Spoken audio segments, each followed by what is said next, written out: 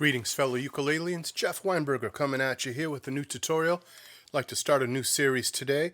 This one's especially for patrons and everyone else, but patrons will be able to access some sheets that are going to have all these chords laid out and pretty extensive lessons on this. But even for those of you who aren't patrons, this is going to be super useful. So hang on to your hats here. The topic of this one is definitely going to be the ultimate chord workout for uke. And we're going to take chord progressions, the most common chord progressions that I've gone over in other videos, like the 1 to 4 progression, very basic. Almost anybody who plays at all and knows maybe like 2 chords can do the 1 to 4 progression.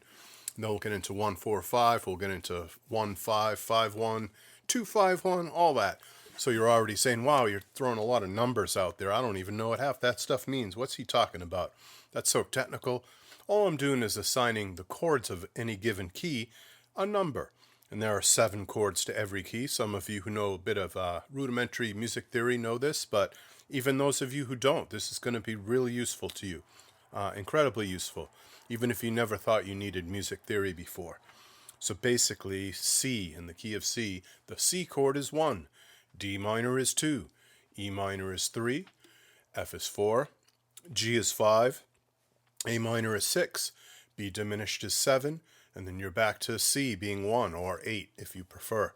So you have 7 chords. You have C, you have D minor, you have E minor, you've got F, you've got G, you've got A minor, you've got B diminished if you know it, and you've got C. Even if you only know a few of those chords, like say C and F, or C and G, you're good. That's going to help you use this video and have stuff in this video that you can start applying to your ukulele playing right away, even at a basic level. Those of you who are more advanced, have a little more experience with music theory, we're going to get to some jazzier and more sophisticated progressions. This is going to be a multi-part video. This is going to be a series. I anticipate that I'm going to have to do at least 3 or 4 of these to really cover the subject. We'll see. We'll see how we do. I was doing previous to this, of course, common strums that we use in songs that we play in mid-coast ukes. We just did a show last night, as a matter of fact. And that is going to be an ongoing series. I've interrupted that. I think I've done, 3 of them now. Possibly I've done a 4th one. But I just want to move on. I don't want to bore you with too many videos on the same subject and have one long series all summer. And also, I want to keep myself amused, so I'm going to switch gears here and talk just about chords and how can you get good at changing your chords. So say you have C and F down. You're a beginning ukulele player, but you've got C and you've got F pretty good. But your complaint, which I hear all the time, is I can't change chords fast enough. I can't keep up with the recording of the song that I'm playing. I can't keep up with the ukulele group that I've joined that I'm struggling to survive in and keep up. I tried to play with my niece who plays violin and is taking violin lessons, and we tried to play together, and I couldn't keep up because my chord changes aren't fast enough. So let's deal with that. Number 1, you have to do repetition. Repetition is one of the keys. Basically rote learning, doing something over and over and repeating it. So C to F. Well, take that chord progression and maybe give yourself 4 beats per chord, whole notes.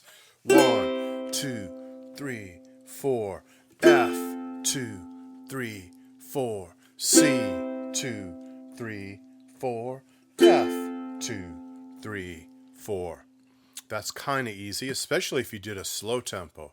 1, 2, 3, 4, 1, 2, 3, 4. That gives you all the time in the world, even if you're slow with your fingers. People underestimate their skills all the time. I hear students constantly, especially older students, talk about, oh, these old fingers won't work anymore, and I can barely get my fingers to do this. And they blame their fingers. They blame their physical state, their fragility, and their age, basically. But even if you have terrible arthritis, or in my case, I have a bit of arthritis, I have some pretty chronic tendinitis. I've had tendinitis for about 15 years now, but I manage. It gets to me sometimes, but I'm able to overcome it and kind of manage it. as best I can. Well, those kind of obstacles are common. You know, we all have obstacles like that, but we can overcome them. We can just simply do what we need to do. We can stop complaining, stop making excuses, and do what needs to be done. You need the bravery and the courage to do that. And so these exercises will help you with that. So we did C to F as whole notes. Let's do them as half notes. 2 beats apiece. It's a little faster. 1, 2, 3, 4. C, 2, F, 4. 1, 2, 3, 4. You might actually hear that in a song.